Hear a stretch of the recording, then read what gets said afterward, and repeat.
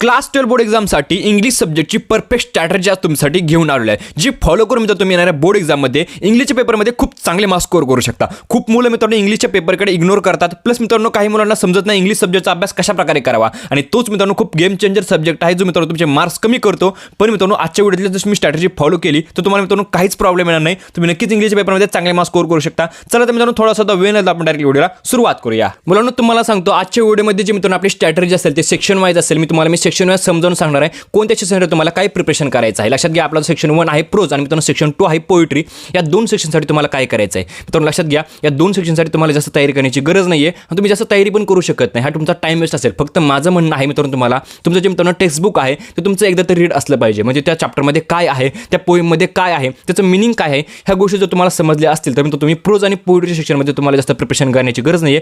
कारण तुम्हाला सांगतो मित्रांनो, प्रोजमध्ये तुम्हाला एक सीन पॅसेज विचारला जातो आणि सीन पॅसेजवरती मित्रांनो तुम्हाला ॲक्टिव्हिटी बेस्ड क्वेश्चन्स आणि मित्रांनो एक अनसीन पॅसेजवरती ॲक्टिव्हिटी बेस्ड क्वेश्चन विचारले जातात. तुम्हाला मी लास्ट इयरचा बोर्डचा क्वेश्चन पेपर दाखवतो. यामध्ये तुम्ही पाहू शकता एक पॅसेज आहे, त्याच्या खाली तुम्हाला ॲक्टिव्हिटी बेस्ड क्वेश्चन्स आणि मित्रांनो अजून एक अनसीन पॅसेज आहे, त्याच्या खाली ॲक्टिव्हिटी बेस्ड क्वेश्चन्स आहेत. आता मित्रांनो तुम्हाला मी सांगतो तुम्हाला प्रो सेक्शनमध्ये नक्की तयारी कशाची करायची. तुम्हाला मी सांगतो खाली जो समरी आणि मित्रांनो जो माइंड मॅपिंगचा 3 मार्काचा क्वेश्चन आहे त्याची तुम्हाला तयारी करायची. आणि त्यानंतर तुम्ही वरती पाहू शकता इकडे तुम्ही मित्रांनो पर्सनल रिस्पॉन्स तुम्हाला 2 मार्कचा क्वेश्चन आणि मित्रांनो तुम्हाला डू एज डायरेक्टेड ग्रामर असतं. ते तुम्हाला ग्रामरचं काय करायचं आहे ते तुम्हाला पुढे मी सांगून देईल. आणि त्यानंतर वोकॅब्युलरीचं खूप इझी क्वेश्चन आणि मित्रांनो खाली डू एज डायरेक्टेड इथे पण ग्रामर आहे आणि मित्रांनो तुम्ही स्पॉट दिअर सारखे सिंपल क्वेश्चन. म्हणजे तुम्ही लक्षात घ्या, पर्सनल रिस्पॉन्सचे 2 मार्क्स, इकडे मित्रांनो तुम्हाला वोकॅब्युलरीचे 2 मार्क्स, त्यानंतर मित्रांनो तुम्हाला स्पॉट दिअर वाले 1 मार्क आणि त्यानंतर खाली इकडे जे समरी आणि मित्रांनो जे तुम्हाला माइंड मॅपिंग आहे त्याचे 6 मार्क्स. हे इझी मार्क्स आहेत, ते तुमच्या हातातले मार्क्स आहेत. तुम्ही याची तयारी करा. आता समरीसाठी काय करा, समरी कशा प्रकारे राईट केली जाते हे तुम्ही समजून घ्या. माइंड मॅपिंग कशा प्रकारे टाकायचं आहे यूट्यूबवरती थोडेसे व्हिडिओज वगैरे पहा. तुम्हाला मित्रांनो बाकी काहीच करण्याची गरज नाही तुम्हाला प्रोच्या सेक्शनसाठी. मित्रांनो लक्षात घ्या, आता तुम्हाला सांगतो मित्रांनो आपल्या पोएट्री सेक्शनसाठी तुम्हाला मी सांगितलं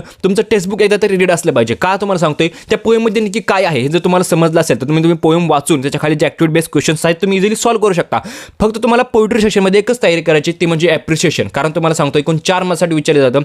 प्रत्येक मित्रांनो कवितेचं प्रत्येक पोएमचं ॲप्रिशिएशन पाठ करा. तुम्ही काही करायचं ते करा, लक्षात ठेवा. कारण मित्रांनो तुमच्या हातातले 4 मार्क्स आहेत, तुम्हाला मित्रांनो तुम्हाला हे सोडायचे नाहीयेत. आता तुम्हाला सांगतो तुम्हाला या 2 सेक्शनसाठी जास्त वेळ घालवायचा नाही, कारण तुम्हाला माहित नसतं तुम्हाला कोणता उतार येणार आहे किंवा कोणता पॅसेज येणार आहे किंवा कोणती पोएम येणार आहे, कोणती कविता येणार आहे. आता मी तुम्हाला जर तयारी करायची असेल तर तुम्हाला आपला जो सेक्शन नंबर 3 आहे रायटिंग स्किल, तुम्ही याची तयारी करा. मित्रांनो लक्षात घ्या, तुम्हाला मी स्क्रीनवरती दाखवत आहे. यामध्ये मित्रांनो तुम्हाला और भरपूर असतात. 3 पैकी एक अटेम्प्ट करायचं असतं. मित्रांनो तुम्हाला 4 क्वेश्चन दिलेले असतात. यामध्ये तुम्ही मित्रांनो सुरुवातीला पाहू शकता drafting virtual message, statement of purpose, group discussion. यात तुम्हाला मित्रांनो ग्रुप डिस्कशन मित्रांनो तुम्हाला अटेम्प्ट करायचं आहे. इझी असतं मित्रांनो, तुम्हाला 2 व्यक्तींमध्ये काय संवाद चालू आहे ते तुम्हाला लिहायचं असतं. खूप इझी क्वेश्चन्स असतात.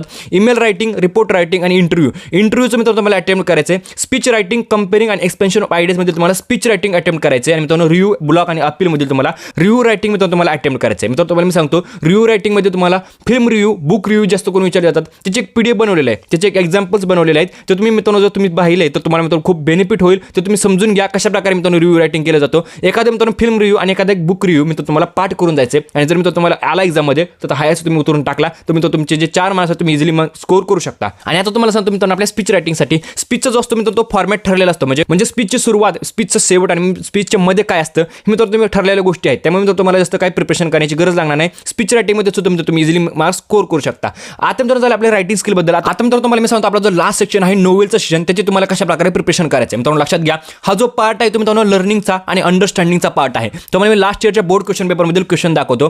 तुम्हाला मित्रांनो तुम्हाला रीडिंग करणं गरजेचं आहे. कारण तुम्ही पाहू शकता डायरेक्टली क्वेश्चन मित्रांनो तुम्हाला विचारले जातात. ते तुम्हाला मित्रांनो नोवेलबद्दल माहिती असणं खूप महत्त्वाचं आहे. मित्रांनो लक्षात घ्या, तुम्हाला काय करायचं आहे मित्रांनो आपले जे 4 नोवेल्स आहेत मित्रांनो आपल्या टेक्स्टबुकमध्ये ते रीड करा. त्याची यूट्यूबवरती लेक्चर्स पहा. त्या नोवेलमध्ये काय दिलेलं आहे ते समजून घ्या आणि त्याच्या खाली जे मित्रांनो जे क्वेश्चन्स आहेत तुम्ही इथं पाहू शकता. अशा प्रकारचे क्वेश्चन विचारले जातात. मित्रांनो आपल्या एक्सरसाइजमध्ये जे क्वेश्चन्स आहेत ते तुम्हाला प्रिपेअर करायचे आहेत. तुम्ही पाहू शकता एक्सरसाइजमध्ये तसे भरपूर क्वेश्चन्स आहेत. जर तुम्हाला जास्त वाटत असतील तर तुम्ही 9च्या 21 MLQ सेटमधून सुद्धा मित्रांनो क्वेश्चनची प्रिपरेशन करू शकता. आता तो 21 MLQ सेट कुठे भेटणार आहे, आपल्या टेलिग्राम चॅनलवरती अवेलेबल करून दिलेला आहे. तुम्ही पाहू शकता, तो डाउनलोड करा आणि त्याचे क्वेश्चन्स आहेत ते सॉल्व्ह करा. 9व्या सेशनमध्ये सुद्धा तुम्ही चांगले मार्क्स करू शकता. हार्ड सेक्शन आहे, परंतु जर तुम्ही मित्रांनो ह्याला टाइम दिला तर तुम्ही मित्रांनो यामध्ये सुद्धा चांगले मार्क्स स्कोर करू शकता. मित्रांनो आता तुम्हाला ग्रामरच्या क्वेश्चनची कशा प्रकारे तयारी करायची ते तुम्हाला मी सांगून देतो. मित्रांनो ग्रामरचे काही ठराविक टॉपिक तुम्हाला बोर्डच्या पेपरमध्ये विचारले जातात. आता ते टॉपिक तुम्हाला पहिल्यांदा लर्न करावं लागते. ते लर्न करण्यासाठी बेस्ट ऑप्शन मित्रांनो तुम्हाला यूट्यूबवरती 1 शॉट लेक्चर्स पहा. आता कोणतं लेक्चर्स पाहायचं ते तुम्हाला माहित नसेल तर मित्रांनो तुम्हाला मी टेलिग्राम चॅनलवरती एक लिंक टाकून दिले, एक लेक्चर सगळेच करेल. ते लेक्चर पहा, तिथे मित्रांनो सर्व टॉपिक समजून घ्या आणि मित्रांनो त्याचं प्रॅक्टिस करा.